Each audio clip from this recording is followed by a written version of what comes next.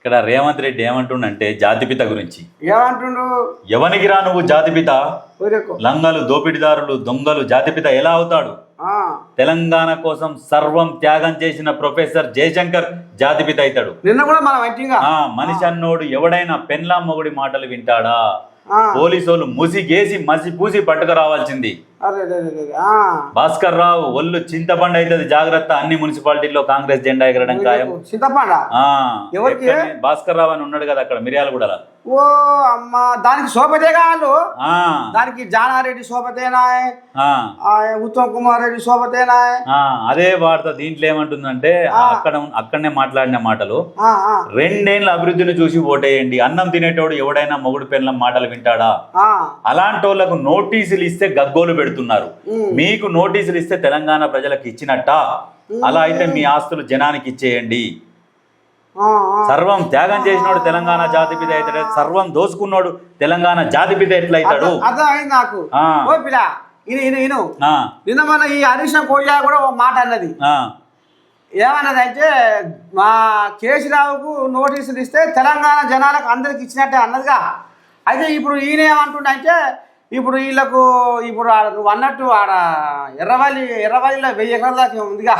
ఉంది. ఇప్పుడు అదే అనుకో, ఈ జన్వాడల ఫామ్ హౌస్ అనుకో, మోయినాబాద్ లో ఫామ్ హౌస్ అనుకో, మరి ఇవి కూడా మరి జనాలకు ఇయ్యాలగా. అజీజ్ నగర్ ఫామ్ హౌస్, అజీజ్ నగర్ కూడా ఉందా? మీరు ఎన్ని ఉన్నాయి వీళ్ళకు? Zaheerabad farm house. వామ్మో, నీ దండం పెడుతున్నా నాయను. పవర్ ప్లాంట్లు, లూరిపోయిందిగా. పవర్ ప్లాంట్లు, సోలార్ ప్లాంట్లు, విదేశాలలో ఐలాండ్స్, అమ్మో, స్విస్ బ్యాంకులల్లో విపరీతమైన డబ్బు, లెక్కలేని డబ్బు. యాదగిరి గుట్టకాడ కూడా ఉన్నాయా? యాదగిరి గుట్ట దగ్గర కూడా మంచి 1000 ఎకరాల మంచి వెంచర్లు చేసిర్రు. హైదరాబాద్ లో రియల్ ఎస్టేట్ టాప్ 60 to 70% ఇలా కుటుంబాందే. నేను చెప్పాను ఇప్పుడు బీఆర్ఎస్ కోళ్ళాగలు హరీశమయ్య రావులు ఒక మాట అంటున్నారు, జాతిపితకు మీరు ప్రతీకారము, కక్ష సాధింపు, జాతిపితకు మీరు నోటీసులు ఇస్తే తెలంగాణ జనాలకు ఇచ్చినట్టు అంటారు కదా. ఇక నువ్వు అన్నట్టు ఇప్పుడు ఈ ఆస్తులు కూడా ఏతున్నాయో నువ్వు చెప్పినా కూడా కొన్ని ఇట్లా ఆ జనాలకు ఇస్తే అప్పుడు నిజమైన జాతిపిత కేసీఆర్నే. అయితే జాతిపిత అని ఎవరు అనాలి? ఒకవేళ జాతి ఉన్నది, ఈడ జాతి ఇప్పుడు ఒక 100 మంది ఉన్నాం, ఈ 100 మంది ఒప్పుకోవాలి జాతిపిత అని. అంతే అంతే. ఆయన ఒప్పుకోగానే గద్దె దించి మూలకు పడేసిరి. సగం కంటే కూడా ఎక్కువ జనాభా నువ్వు వద్దు, నువ్వు దొంగవు, లంగవు, నువ్వు మురికి పితవు, నువ్వు ఒక గలీజ్ పితవు, మాకు అవసరం లేదు, మా తెలంగాణని దోసుకున్న దొంగవు, పెన్లం మొగుడు మాటలు విన్నవు, హీరోయిన్ల మాటలు విన్నవు, జడ్జీల మాటలు ఫోన్ ట్యాపింగ్ చేసినవు, రకరకాలుగా తెలంగాణని సర్వనాశనం చేసిన దొంగవు, నువ్వు మా జాతిపితవు కావు అని చెప్పేసి అక్కడ ఎత్తి మూలకు పడేసినవని ఈ కుటుంబం వరకే జాతిపిత అని మాట్లాడుతుంది. కానీ వాళ్ళ వరకే మిగతా సాధారణ ప్రజలు ఎవరైనా జాతిపిత అంటుర్రా? జాతిపితను పెట్టుకొని ఎలక్షన్లకు రండి, ఈ మున్సిపల్ ఎలక్షన్లకు, అప్పుడు మీకు ప్రజలు బుద్ధి చెప్తారు. అది అయితే రాష్ట్రంలో సర్వం కోల్పోయిన జయశంకర్ జాతిపిత అవుతాడు, దోపిడీ చేసిన కేసీఆర్ ఎలా అవుతారు?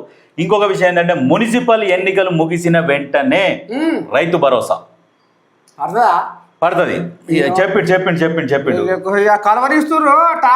అయితే ఇప్పుడు రైతు భరోసా మున్సిపల్ ఎలక్షన్లు అయిపోయినాకనే ఎందుకు పడుతుంది అంటే, ఆల్రెడీ ప్రక్షాళన చేసిరు. ఆ గుట్టలు, చెట్లు, ఆ పుట్టలకు కూడా రైతు బంధు అనేది గతంలో ఒక ధరణి అనేది తెచ్చి, ఆ దొంగ ధరణి ద్వారా ఇప్పుడు వాళ్ళ కార్యకర్తలకు, పట్టగాళ్ళకు అందరికీ రిజిస్ట్రేషన్లు చేసి, పట్టదారు పాస్బుక్లు ఇచ్చి, వాళ్ళకు రైతు బంధు వేసి, క్రాప్ లోన్లు ఇచ్చి వాళ్ళని అట్లా ఆగుకున్నాడు కదా.